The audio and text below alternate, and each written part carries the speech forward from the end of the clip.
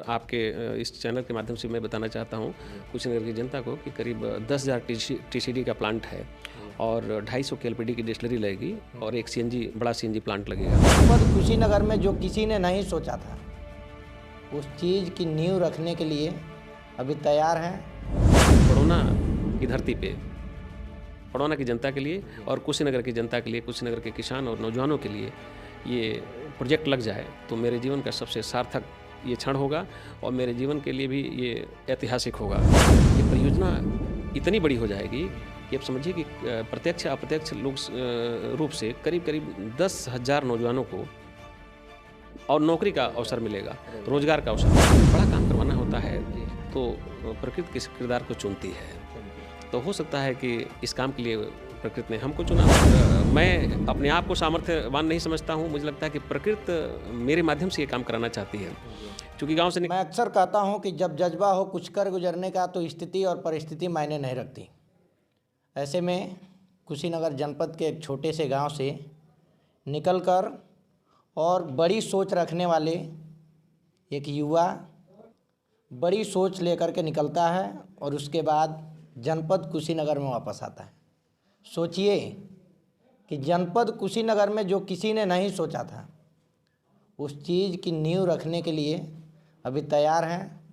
हमारे बगल में हैं कन्हैया शर्मा जी, इनसे आपको परिचय करवाएंगे और इनसे जानेंगे, तमाम सारी बातें होंगी कि आखिर जनपद कुशीनगर में जो है इतनी बड़ी सोच कैसे लेकर के आए और कुशीनगर को बड़ी सौगात देने जा रहे हैं। सबसे पहले आपका स्वागत है।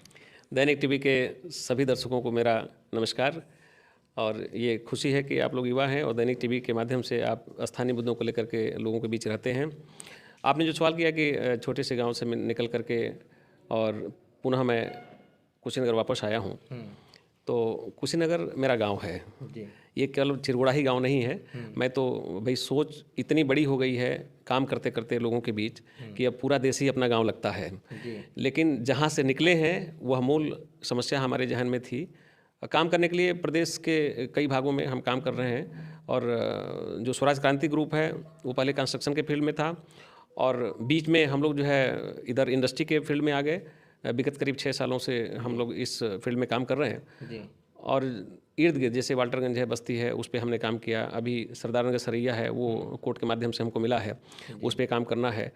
अब सरकार के साथ एक अनुबंध हमारा हुआ, JIS ग्लोबल समिट जो हुआ उस 2023 में सरकार के साथ अनुबंध हुआ और सरकार ने जो निर्देश किया, प्रथमेश जी उसके अफसर हैं, उन्होंने निर्देश किया जिलाधिकारी महोदय को कि आप आइए और जहां उपयुक्त भूमि लगती है वो हम लोग करेंगे, उस पर आप प्रोजेक्ट लगाइए।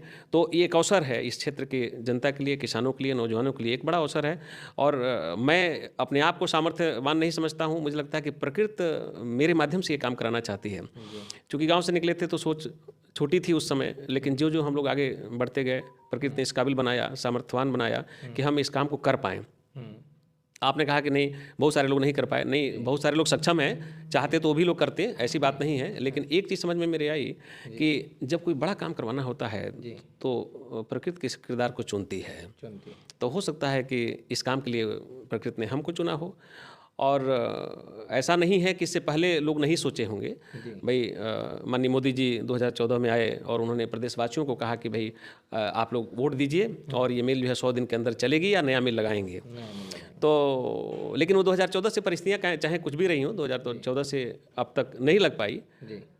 तो हम सरकार को दोष नहीं देंगे, हम ये मानेंगे कि इतने सामर्थ्यवान प्रधानमंत्री के पास हो सकता है कि कुशीनगर की जनता के लिए समय न निकल पाया हो या ध्यान में न रहा हो।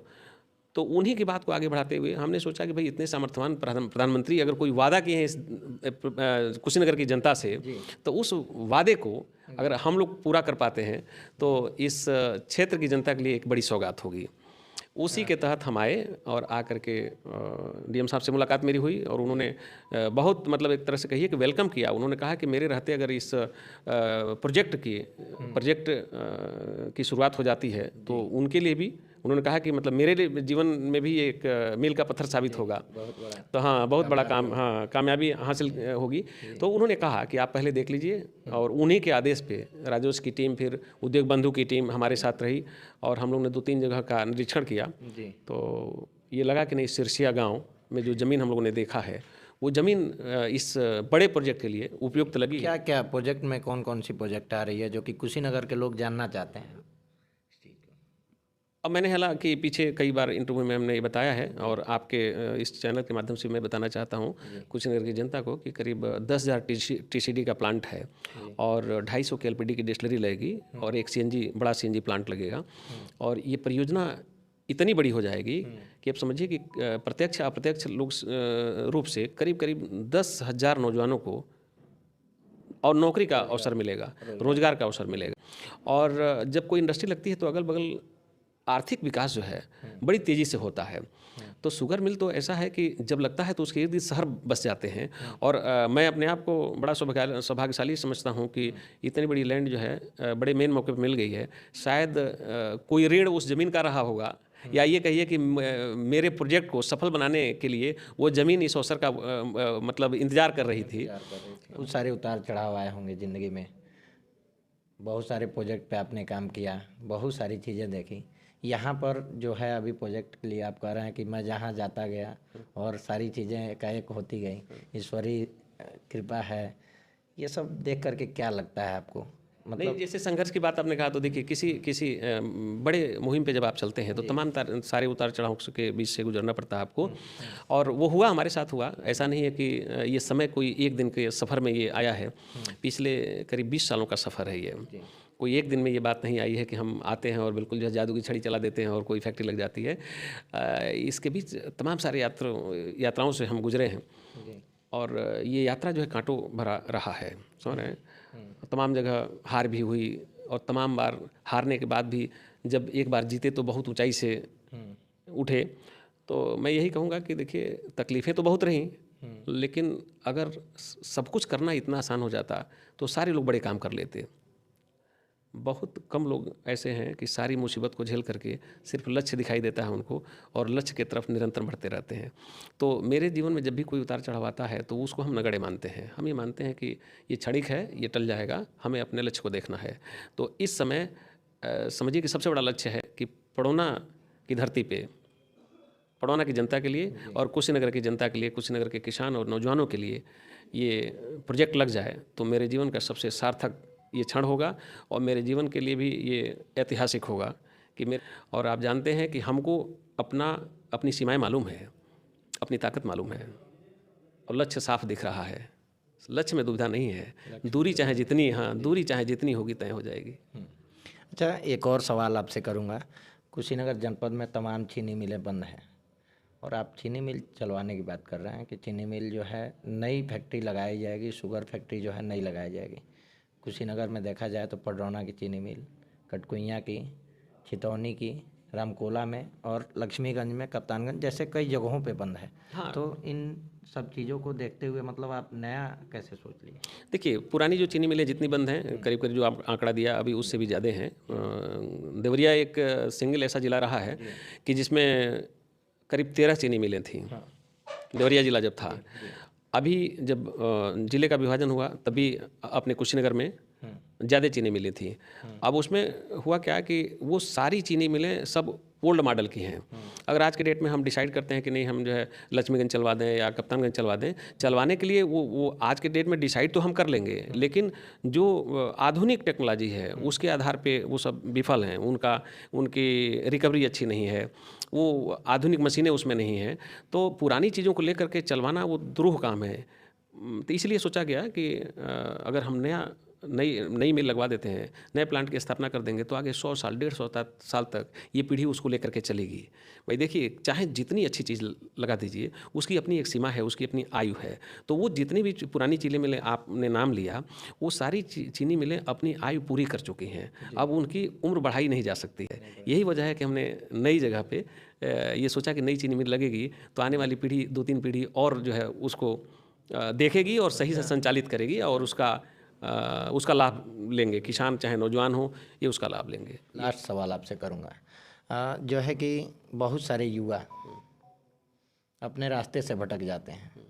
आप युवाओं के एक तरीके से देखा जाए कि मिसाल बने हुए हैं। युवाओं में एक तरीके से देखा जाए कि सभी युवा चाह रहे हैं कि कन्हैया शर्मा जैसे कुछ बड़ा किया जाए, लेकिन कर नहीं पाते हैं, रास्ते से भटक जाते हैं, कभी कुछ सोचते हैं। तो उन लोगों के लिए क्या संदेश देना चाहेंगे? उनके लिए मेरा यही संदेश है कि देखिए, सोचना, सपना देखना और सपने पे आगे बढ़ना, ये दोनों अलग अलग बातें हैं। हमसे आपसे बहुत अच्छे लोग रहे जो सपना देखते रहे और कदम नहीं बढ़ाए और इस दुनिया को छोड़ के चले गए। हम आज के नौजवानों से यही अपील करेंगे कि आप सपना देखिए, अच्छा सपना देखिए और कठिन परिश्रम के लिए तैयार रहिए, कड़ी मेहनत करिए और अपने पुरुषार्थ में ताकत बढ़ाइए। जिस दिन आपका पुरुषार्थ प्रबल हो जाएगा, ये ब्रह्मांड की सारी शक्तियाँ आपके लक्ष्य पर पहुंचाने के लिए काम करेंगी।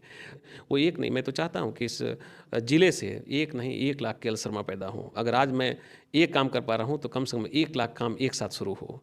मेरा मिशन है कि इस ज़िले में तमाम सारे पढ़े लिखे नौजवान जो माइग्रेट होकर के शहरों में जा रहे हैं और एक छोटी सी सैलरी पे वो काम करते हैं, घर पे किसी को प्रॉब्लम हो जाती है तो वो समय से नहीं पहुंचते हैं, तो आर्थिक सुरक्षा उनके पास नहीं है, इसलिए वो शहर जाते हैं, गांव छोड़ के शहर जाते हैं।